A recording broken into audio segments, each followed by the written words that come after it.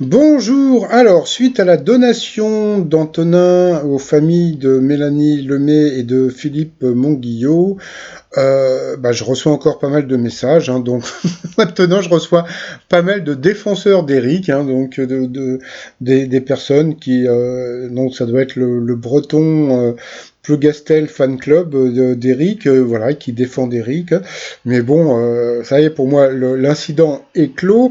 Par contre, j'étais un petit peu déçu d'une chose, c'est que bon, le tweet d'Antonin. Donc il a été retweeté par plusieurs personnes et j'étais un petit peu déçu qu'il n'ait pas été retweeté par Jean-Luc Reichmann. Et puis donc par contre juste au moment où j'allais je sais pas envoyer un message à Jean-Luc Reichmann justement par rapport à ça, il a envoyé juste à l'instant ce message, hein, une famille brisée au nom de quoi je suis bouleversé par tant de violence et de lâcheté, je continuerai à me battre à vos côtés tant que je pourrai et à dénoncer toute forme de violence. Donc voilà, c'était le message de Jean-Luc Reichmann. Allez, sinon, petit résumé des 12 coups de midi d'aujourd'hui. Eh bien, Jean-Luc Reichmann avait mis une chemise beaucoup plus jolie que la dernière fois. Je trouve que les couleurs sont plutôt cool. Le maître de midi, donc Antonin, maintenant on va l'appeler Antogrand, hein, puisque c'est plus un Antonin, c'est Antogrand. Donc on a appris qu'il était d'origine portugaise, donc bon dia. On a pu voir donc il y avait sa famille et puis son coloc, voilà, donc qui était là pour mettre un petit peu plus d'ambiance. Au coup d'envoi, la première question. Comment appelle-t-on familièrement un mauvais vin? Donc, bien sûr, c'était la piquette. Ensuite, vous aviez Alexis qui donne des noms de filles à ses voitures, qui était venu avec son ami Alexandro. Alexandro, bon, passons. Qui le père d'Amy Winehouse avait-il embauché pour protéger sa fille des paparazzi? Eh bien, des frères paparazzi. Après, vous aviez le sympathique Jimmy qui était venu avec son papa. Bonjour au papa de Jimmy. Qui sont Yanni et Laurel qui divisent les internautes, donc c'était des sons. Donc j'arrive toujours pas à comprendre comment il y a des gens qui peuvent entendre Laurel. Donc voilà. Après vous aviez la très sympathique Mimouna qui était venue avec sa famille qui a mis une ambiance du tonnerre. Alors quel plat dont raffolent les enfants américains était l'un des favoris de Ludwig van Beethoven? Eh bien, c'était le mac and cheese. Donc, le truc était assez rigolo, c'est que, en général, il y a un truc d'assez rigolo, c'est que quand la réponse est fausse, en général, Jean-Luc Reichmann va voir directement le maître de midi pour dire, et qu'est-ce que vous en pensez? Donc, en général, si il dit ça, ça veut dire que c'est faux. Donc, c'était faux, c'était bien le mac and cheese et non pas la pizza.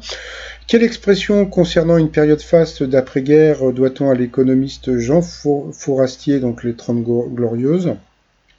Donc des questions politiques pour l'attaché sénatorial Antonin. Voilà. Après, donc, on a appris que Alexis était un très très grand fan de Jean-Luc Reichmann, donc il est allé lui faire un bisou sur l'écran. À quel moment Louis XIV prenait-il un bain? Donc c'était quand il était malade. Et j'ai appris un truc qu'au temps de Louis XIV, il se baignait habillé, un peu comme Geoffroy de Montmillard, je sais plus mon truc, dans les visiteurs. Donc c'était parce qu'ils avaient peur de l'eau. Bon, passons. Sur cette question, il est passé au rouge. Qui dit rouge dit duel. Voilà, donc il a pris Antonin en duel, qui a une question alors qui semblait hyper simple, mais ça sentait la réponse tordue. Et puis en fin de compte, qui a une encre de bateau comme un signe officiel? Donc c'était les sauveteurs en mer. Donc on pouvait chercher peut-être les aiguilleurs du ciel ou les chercheurs du CNRS. Non, c'était vraiment les sauveteurs en mer. Donc ensuite, Antonin, Jimmy et Mimouna se sont retrouvés au coup par coup. D'abord, c'est Mimouna qui est passé à l'orange. Après, ça a été Antonin. Après, c'était... Alors là, c'était super rigolo parce que donc c'est Mimouna qui est repassé donc à l'orange, donc au rouge. Mais à ce moment-là, eh bien, la famille d'Antonin pensait qu'elle avait gagné. Et non, elle est passée au rouge. Donc qui dit rouge dit duel. Donc elle a pris Jimmy en duel, qui avait une question qui était assez simple. Hein. Dans quel état s'est perdue Isabelle Adjani dans une chanson écrite par Serge Gainsbourg? Donc dans l'état de... C'était mince, j'arrive pas à le dire, l'Ohio. Donc voilà. Donc sur cette question, nous avons perdu Jimmy. Donc la famille était très contente.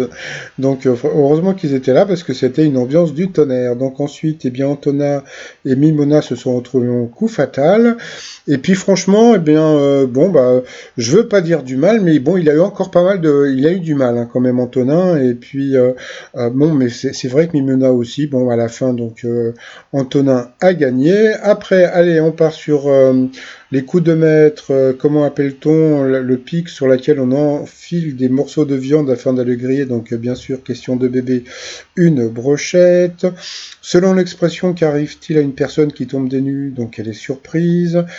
Comment appelle-t-on une habitation couverte de paille, désignant aussi parfois un restaurant de plage? Donc il a dit une paillasse. Et il y a un truc qui est très rigolo, c'est que je kiffe Jean-Luc Reichmann depuis un reportage que j'avais vu il y a très longtemps, je crois que c'était sur TF1, on le voyait dans une paillote en Corse. Donc, et comme moi je kiffe la Corse que j'ai toujours pas visité, donc bah, c'était la paillote. Donc, eh bien Antonin a perdu 1-0. Ensuite, les cigognes ne chantent pas, alors comment émettent-elles des sons? Donc c'était en claquant du bec. Dans quelle capitale se situe le clip de Formidable de Stromae? Donc c'était assez simple, c'était donc à Bruxelles. Donc sur cette question, bah, il a quand même gagné 2000 € à partager avec la cagnotte. Bon, ça lui fait quand même 1000 €. Donc par rapport à l'étoile mystérieuse, eh bien voilà, ça bouge pas trop.